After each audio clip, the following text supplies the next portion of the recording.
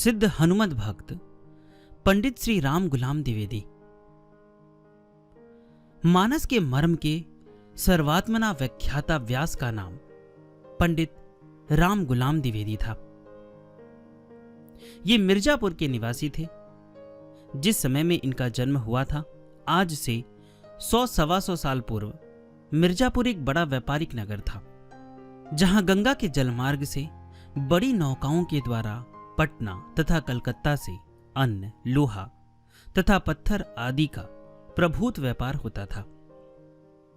मिर्जापुर के मोहल्ला गणेशगंज में पंडित राम गुलाम द्विवेदी रामायणी का निवास था। ये गौतम गोत्रीय कांचनी द्विवेदी सरयू पायण ब्राह्मण थे। द्विवेदी जी का वृत्त जनश्रुति के आधार पर ही किसी लिखित प्रमाण के अभाव में यहां दिया जा रहा है। इनका जन्म मिर्जापुर में ही 1773 ईस्वी में हुआ था और निधन 1851 ईस्वी में माना जाता है। इनकी जन्म तिथि बसंत पंचमी सर्वसम्मत है। निधन संवत का उल्लेख ज्ञानपुर के प्रसिद्ध विद्वान पंडित महावीर प्रसाद मालवीय वैद्य जी ने आग्रह पूर्वक 1908 विक्रम बतलाया है, जो सर्वमान्य है। इस प्रकार राम गुलाम जी का अधिकतम जीवन 78 वर्ष का स्वीकृत होता है। द्विवेदी जी मिर्जापुर में ही किसी महाजन के यहां जमादारी करते थे। उन दिनों बैंकों का अभाव था। महाजनों में लेन देन के लिए हुंडी पुर्जे का व्यवहार था। हुंडी की अदायगी नियत तिथि पर 4 बजे दिन के पूर्व हो जाती थी। उस समय नोटों का भी अभाव था। व्यवहार में रुपया ही चलता था और इसी का पहुंचाने का काम जमादार करते थे, जो विशेषकर ब्राह्मण तथा क्षत्रिय हुआ करते थे। यदि 4 बजे तक ऋणों के पैसे जमा नहीं हुए तो वह महाजन दिवालिया हो जाता था। जमादार का काम राम गुलाम जी करते थे। नौकरी तो थी ही। एक दिन इस काम में असावधानी हो गई और संभव था कि इस कारण इन्हें अपनी जीविका से हाथ धोना पड़ता। भगवान की अकृत्रिम कृपा से ये बाल बाल बच गए और जीवन की नौका डूबने नहीं पाई। यह चमत्कार ही तो था। यह घटना कुछ इस प्रकार है। राम गुलाम जी राम कथा सुनने जाया करते थे और पश्चात अपना काम भी निपटा दिया करते थे। एक दिन ये कथा सुनने में इतने व्यस्त हो गए कि समय से हुंडी पहुंचाने के लिए जा नहीं सके। इस पर इन्हें बहुत दुख हुआ और अपने मालिक से क्षमा मांगने के लिए जा पहुंचे। महाजन ने कहा, दुख करने की कोई बात नहीं है। आप भूल रहे हैं, आप मेरे पास से तोड़े ले गए थे और भरपाई लिखाकर ले आए हैं। महाजन ने भरपाई का वह पुर्जा भी दिखाया, जो इस घटना की सत्यता का पूरा प्रमाण था। द्विवेदी जी को इतने से संतोष नहीं हुआ। ये दौड़े दौड़े भरपाई देने वाले महाजन के पास भी गए और उससे भी अपनी गलती की बात कही। महाजन ने कहा, द्विवेदी जी, आप भूल कर रहे हैं। 4 बजे से पहले ही रुपया पहुंचाकर आप मुझसे भरपाई लिखा ले गए हैं। उसने वह रजिस्टर भी दिखलाया जिसमें उचित समय पर रुपया जमा करने का स्पष्ट उल्लेख था। इस आश्चर्यजनक घटना का इन पर इतना प्रभाव पड़ा, इन्होंने जमादारी का काम एकदम छोड़ दिया। पूरे विरक्त हो गए और रामचरितमानस की कथा सुनाने का व्यास का काम करने लगे। अपना पूरा समय राम चर्चा में बिताते थे।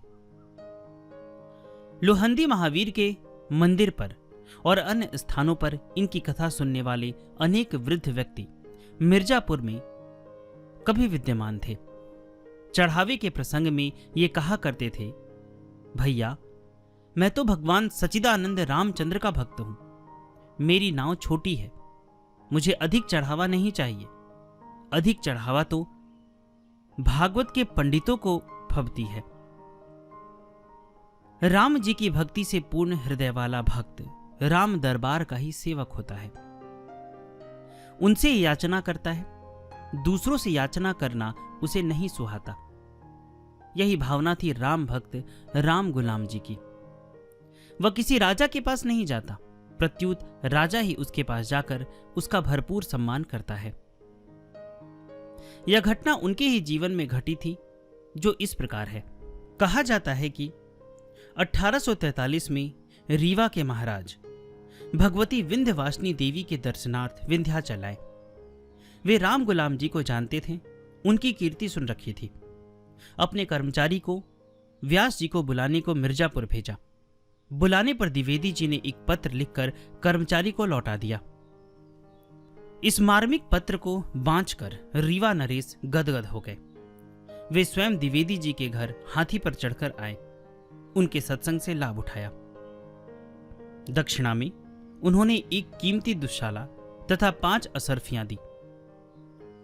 चित्रकूट की भी एक ऐसी ही घटना है। एक बार रीवा नरेश चित्रकूट गए। संयोग से द्विवेदी जी भी वहीं विराजमान थे।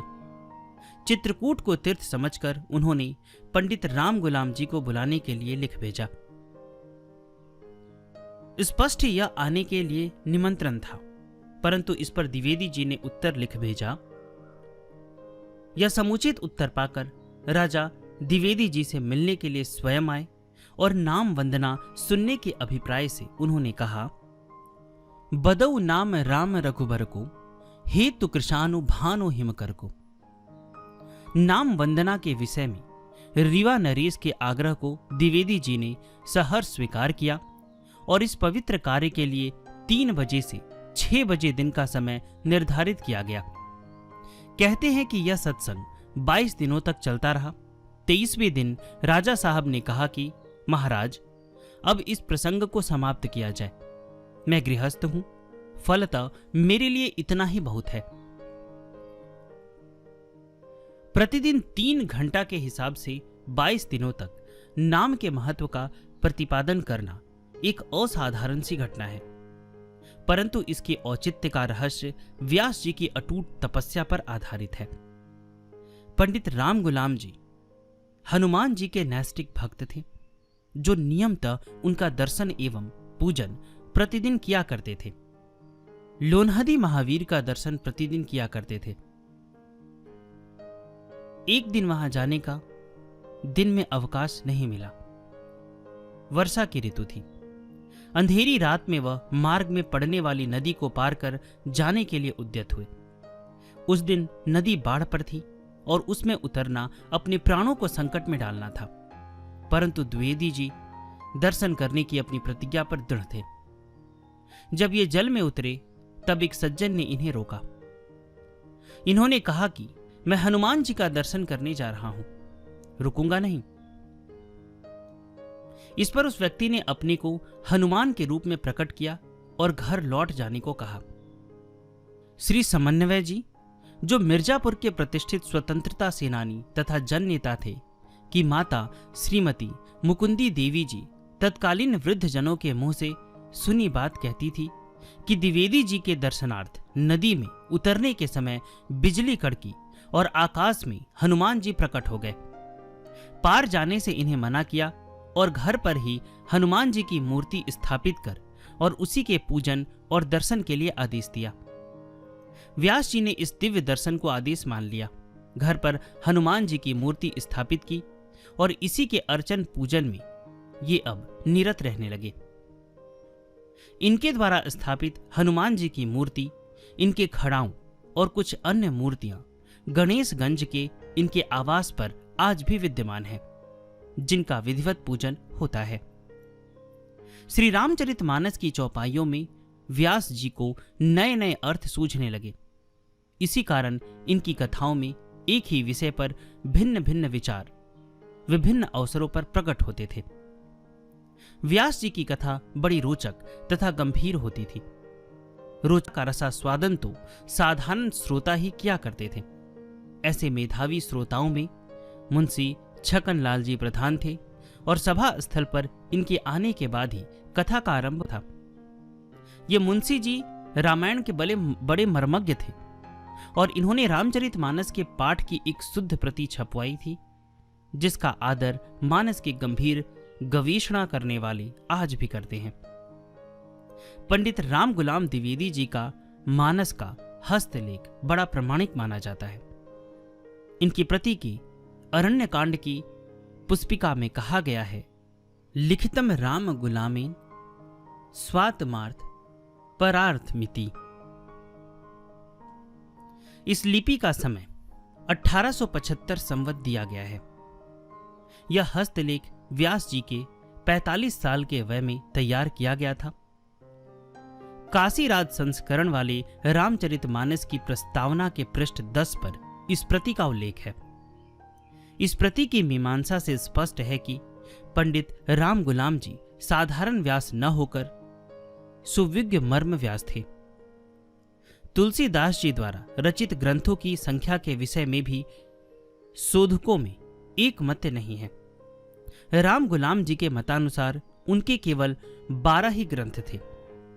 रामलल्ला नहछु, वैराग्य संदीपनी, बरवे रामायण, पार्वती मंगल, जानकी मंगल, रामाज्ञा प्रश्नावली, दोहावली, कवितावली, गीतावली, कृष्ण गीतावली, रामचरितमानस और विनय पत्रिका।